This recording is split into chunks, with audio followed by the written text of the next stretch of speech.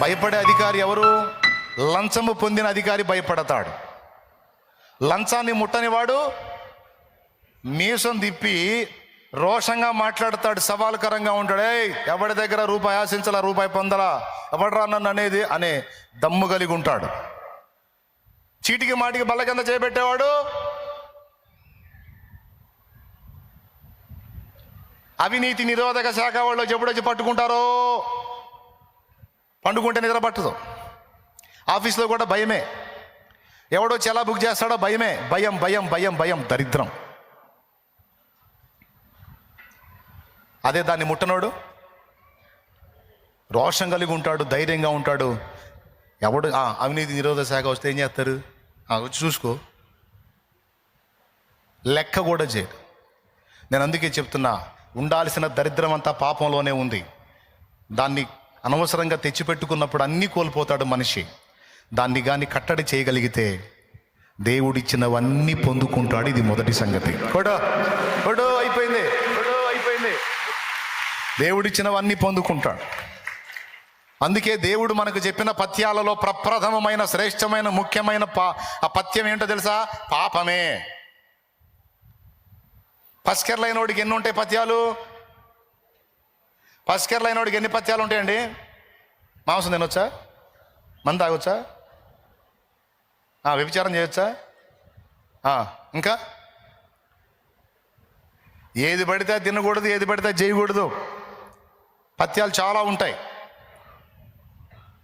కానీ మనకు దేవుడిచ్చిన పథ్యం ఒక్కటే, పాపము చేయొద్దన్నా.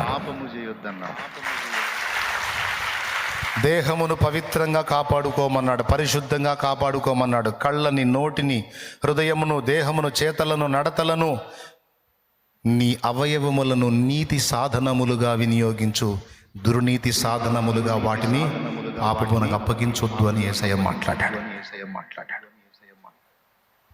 తన దాసుని ద్వారా మాట్లాడించాడు. దీనివల్ల ఏం జరిగింది బ్రదర్? పరిశుద్ధత కలిగి బ్రతుకుతున్నటువంటి వాళ్ళు సింహము వలె ధైర్యముగా ఉంటారు. ఈ పాపాలు చేసుకొని అన్ని తగిలించుకున్న వాళ్ళకి నేను ఎన్ని ధైర్యాలు చెప్పినా సరే దడలోనే బతుకుతారు. ఎందుకంటే పాపం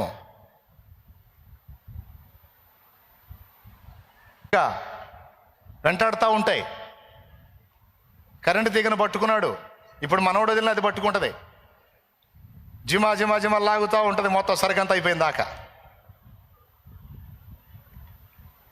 ఒక్కొక్కడేం పెద్ద మెయిన్ లైన్ పట్టుకుంటాడు, ఒక్క దెబ్బలో లేపేసిద్ది. కొన్ని పెద్ద పెద్ద పాపాలు ఉన్నాయి, మళ్ళీ రెండో రోజు కూడా ఛాన్స్ ఉండదు, ఒక్క దెబ్బలో లేవటమే. ఎంతమందికి అర్థమవుతుందో ఏమో మరి.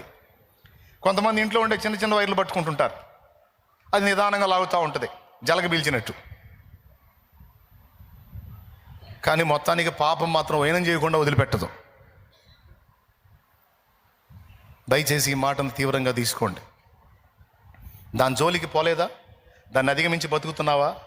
నేను చెప్తున్నా, ఫస్ట్ విశ్వాసంలో బలంగా ఉంటావు, ప్రార్థనలో నీ చేత కలిగి ఉంటావు, దేహంలో పవిత్రత కలిగి ఉన్నందున ఆరోగ్యంగా ఉంటావు, మనశ్శాంతిగా ఉంటావు, ధైర్యంగా ఉంటావు. ఎన్నెన్ని ఉన్నాయండి. దేవుడిచ్చినవన్నీ పొందుతావు. ఫైనల్గా దేవాలయంగా మారిపోతావు. ఒకటి, అలాగున పవిత్రంగా ఉన్నందున నువ్వు బాగుంటావు, మిగిలిన వాళ్ళకి మాదిరిగా ఉంటావు, మనశ్శాంతిగా ఉంటావు, ఆరోగ్యంగా ఉంటావు, ధైర్యంగా ఉంటావు, విశ్వాసంతో ఉంటావు, నిశ్చేతలో ఉంటావు, సూపర్గా ఉంటావు. ఒకవేళ పాపంతో రాజీ పడ్డావు అనుకో, ఇప్పుడు చెప్పినవన్నీ పోగొట్టుకుంటావు. సింపుల్. ఒకటి, ఒకవేళ పాపంతో రాజీ పడకుండా పోరాడి నిలబడ్డావా, నేను చెప్పినవన్నీ పొందుకుంటా. వీటితో పాటు దేవుడు నీలో నివాసం ఉంటాడు, ఉండి ఆయన సేవ నీ చేత చేయించుకుంటాడు. ఏం చేసుకుంటాడు?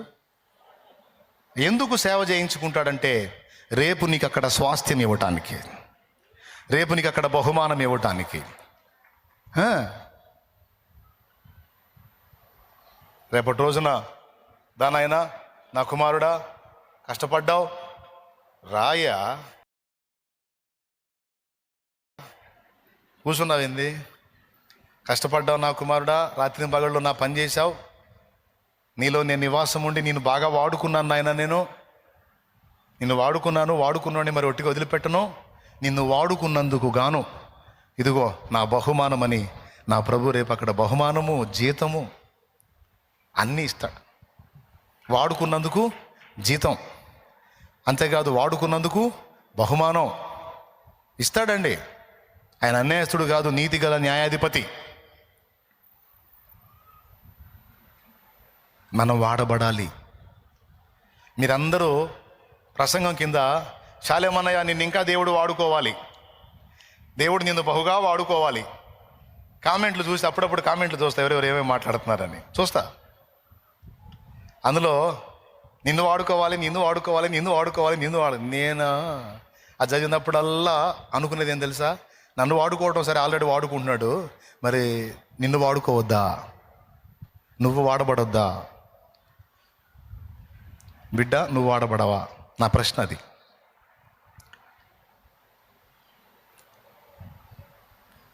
యజమాని వాడుకొనుటకు అర్హమైన పాత్రగా పాపులలో చేరక నిన్ను నువ్వు పవిత్రపరచుకున్న ఎడల యజమాని ప్రతి సత్కార్యమునకు వాడుకొనుటకు అర్హమైన పాత్రగా నువ్వు ఉంటావు. అందుకే చెప్పాడు పరిశుద్ధత కావాలి, పరిశుద్ధత కొరకు ఆశపడాలి, పరిశుద్ధతను ప్రేమించాలి. ఓకేనా? మన ప్రభు పాట, పరిశుద్ధ పరిశుద్ధ పరిశుద్ధ ప్రభువా, పరదూతలైనా నిన్వందింపగలరా, పరిశుద్ధ పరిశుద్ధ పరిశుద్ధ ప్రభువా, పరదూతలైనా నిన్వందింపగలరా,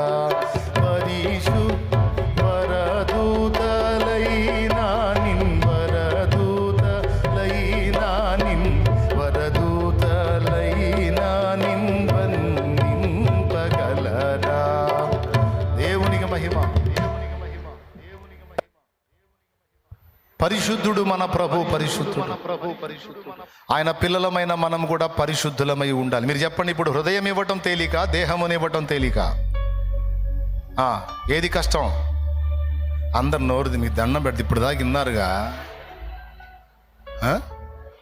దేహమునిచ్చుట ఏ కష్టం. మనందరం దేవదాస్ అయ్య గారి లాగా పాడుకుందాం. తనువు నాదిదిగోగై కొనుమియో ప్రభువాని పనికి ప్రతిష్ఠించుమి, తనువు నాదిదిగోగై కొనుమియో ప్రభువాని పనికి ప్రతిష్ఠించుమి, దినములు క్షణములు తీసుకొని అవి నీదు వినతిన్ ప్రవహింపజేయను శక్తి నీయుని, తనువు నాదిదిగోగై. దేహమును అప్పచెప్పాడు. కొంచెం పైకి బానిరా స్క్రీన్ అబ్బాయి. అదిగో ఘనమైన నీ ప్రేమ కారణంబున నీకై పని చేయ చేతులివిగో, ఘనమైన నీ ప్రేమ కారణంబున నీకై పని చేయ చేతులివిగో. చేతులు సమర్పిస్తున్నాడు. యనయంబు నీ విషయమై సొగసుగా దురుకు ధనముతో బరుగెత్త వినయ పాదములివిగో. బా, ఎంత అద్భుతమైన! యనయంబు నీ విషయమై సొగసుగా చురుకు ధనముతో బరుగెత్త వినయ పాదగై కొనుమివో నీ పనికి ప్రతిష్ఠించుమి. పరిశుద్ధులుగా ఉండుటకు మనల్ని పిలిచాడు, పరిశుద్ధ రక్తముతో కడిగాడు. నా హృదయం ఒక్కటి ఉంటే చాలు అనుకోవద్దు బిడ్డ.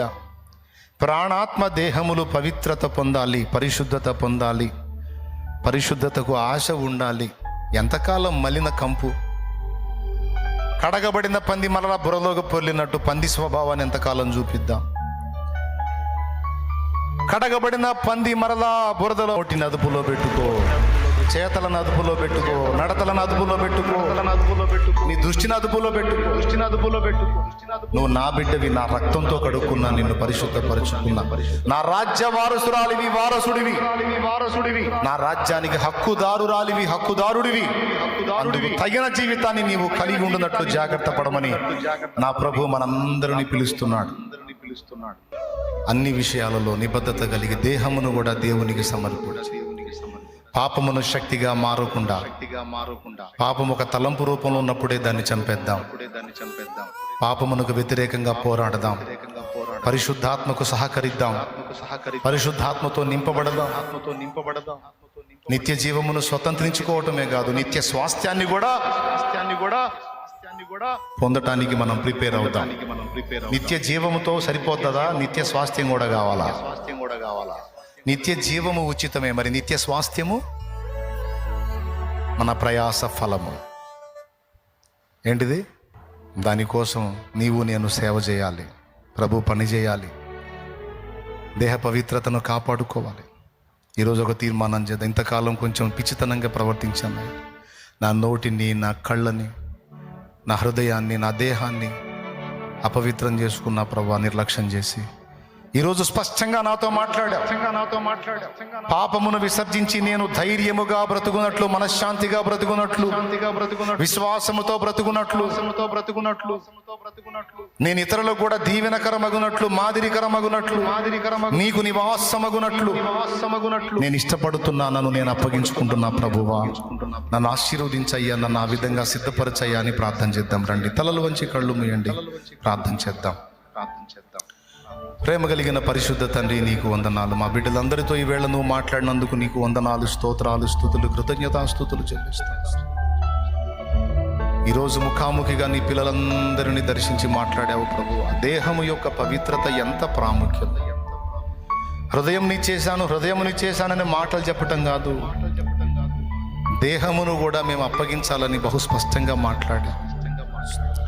అనేక వచనాలు ఉన్నాయి దేవా, దేహ పవిత్రతను కాపాడుకోవటానికి. ఇంకా ఇక్కడ ఉన్నాళ్లలో కొంతమంది ఇంకా అసలు పాపాలే కడుక్కోలా, ఇంకా బాప్తిస్మమే పొందలా. కొంతమంది అయితే బాప్తిస్మం పొంది కూడా మళ్ళా కడగబడిన పంది మళ్ళా బురదలోకి పోలినట్టుగా పాపంలోకి వెళుతూ ఉన్నారు. ఈరోజు వారితో వీరితో అందరితో నువ్వు మాట్లాడావు. ఇంతవరకు బాప్తిస్మం పొందని వాళ్ళు బాప్తిస్మం పొంది పాపాలు కడిగేసుకొని బయటపడాలి. పాపం యొక్క ఏలుబడి నుంచి బయటపడాలి. పాపం యొక్క పట్టు నుంచి విడుదల పొందాలి. అది బాప్తిస్మం ద్వారా జరుగుతుంది. అలాగే నా ప్రభువా, బాప్తిస్మం పొంది కూడా మళ్ళా పాపంలో ఉన్నాడు, నీ పరిశుద్ధాత్మ శక్తిని పొందుకొని ప్రాణాత్మ దేహములను కంట్రోల్ చేసుకుని పవిత్రతను సాధించున్నట్లు, పరిశుద్ధత కొరకై ఆకలి కొని ఉండునట్లు, పరిశుద్ధత కొరకు మిగులు ఆకలి కలిగి ఉండునట్లు కృపనివ్వండి, ఆశీర్వదించండి. మేము పరిశుద్ధాత్మను కలిగి ఉన్నాం, పరిశుద్ధ జీవితాలు కలిగి ఉండాలి. మా కళ్ళని, చూపుని, హృదయాన్ని, ఆలోచన అన్నిటినీ పరిశుద్ధపరిచి ఇంతవరకు మేము చేసిన బుద్ధిహీనమైన క్రియలు, బుద్ధిహీనమైన మాటలు, బుద్ధిహీనమైన చూపులు, బుద్ధిహీనమైన ప్రవర్తన అంతా క్షమించు. దయచేసి నీ రక్తముతో కడిగి పాపములన్నీ పోవునట్లు మరొకసారి మమ్మల్ని శుద్ధి చేయి తండ్రి. నీ కాళ్ళు పట్టుకుంటున్నాం. పరిశుద్ధత మాకు దయచేయి ప్రభువా. నీ కొరకు పని చేయటానికి మా చేతులను, కాళ్ళని, నోటిని వాడుకోయ్యా. మమ్మల్ని వాడుకోయ్యా. మా హృదయాన్ని వాడుకోయ్యా. నీ ఆత్మ బలముతో మమ్మల్ని నింపమని, మొక్క దశలో ఉన్నప్పుడే పాపపు తలంపులను తుంచేసే శక్తి మాకు దయచేయి. ఇంతవరకు మేము చేసిన శరీర క్రియలన్నిటినీ క్షమించి ఆత్మానుసార వర్తనలమై నీ కొరకు ఫలించడానికి సహాయము చేయమని, ఈ మంచి సందేశం మాకు ఇచ్చినందుకు వందనాలు. యేసు నామములో మా ఆర్థిక విషయాల్లో మేము ఎలాగ నీకు సపోర్ట్ చేయాలో, పరిచర్యకు తోడ్పాటు అందించాలో అన్నీ నేర్పావు. ఈరోజు మాకు దీవించి కృతజ్ఞతలు చెల్లిస్తాం. యేసు నామములో నేను మహిమపరచుకుంటున్నాం తండ్రి. పరలోకమందున్న మా తండ్రి, నీ నామం పరిశుద్ధపరచబడును గాక, నీ రాజ్యం మాకు వచ్చుగాక, నీ చిత్తం పరలోకమందు నెరవేర్చున్నట్లు భూమి అందును నెరవేరును గాక. మాకు కావలసిన అనుదిన ఆహారము నేడు మాకు దయచేయి. మా పట్ల అపరాధము చేసిన వారిని మేము క్షమించున్న రీతి నీవు మా అపరాధములు క్షమించు. మమ్మల్ని శోధనలోనికి దేగ దుష్టుల నుండి, కీడు నుండి తప్పించు. ఎందుచేతనగా రాజ్యము, బలము, మహిమ, శక్తి సర్వం నిరంతరం నీవై ఉన్నావు తండ్రి. మన తండ్రి అయిన దేవుని ప్రేమ, ఆయన ప్రియ కుమారుడు, మనందరి ప్రాణ ప్రియుడైన యేసయ్య శాశ్వత నిత్య కృప, పరిశుద్ధాత్మతోడి మనోహర దివ్య సహవాసం, సమాధానం సమకూడిన మనకు సకల పరిశుద్ధులకు సార్వత్రిక సంఘమంతటికి నీ సదా తోడి నిత్యత్వంలో చేరు పర్యంతం మళ్ళీ నడిపించునుగాక. ప్రేమగల పరిశుద్ధ తండ్రి, నీ బిడ్డల రోగులైన వారిని స్వస్థపరచు. దేహం ఎప్పుడైతే పరిశుద్ధపరచబడుతుందో సర్వ రోగము తొలగుతుంది. మా బిడ్డల్ని స్వస్థపరచు. నీ పరిశుద్ధ బలలో చేయి వేశారు, ఆ పరిశుద్ధ బలలో చేయి వేశారు. నీ శరీర రక్తములే దివ్య ఔషధములై మమ్మల్ని స్వస్థపరచునుగాక. ఇంకా రక్షణ పొందని వాళ్ళని సిద్ధపరిచి రేపు నాయన బుధవారం రోజు బాప్తిస్మాల్లో నీ బిడ్డలందరూ కూడా పాలు పంపులు పొందడానికి కృపనివ్వ. ఎవరు ఏ శ్రమలో ఉన్నారో విడిపించి విశ్వాసమును, ధైర్యమును, జయమును దయచే. నీ సేవ చేసే కృప అందరికీ దయచే. వారు తెచ్చుకున్న నూనె కూడా నీ పరిశుద్ధ పవిత్ర రక్తముగా మార్చి దాన్ని వినియోగించి ప్రార్థించుట ద్వారా స్వస్థత చేకూర్చు. కృతజ్ఞతా స్తోత్రాలు చెల్లిస్తూ యేసు నామములో ప్రార్థించి వేడుచున్నాము తండ్రి. ఆమేన్, ఆమేన్. హల్లెలూయా, హల్లెలూయా, హల్లెలూయా.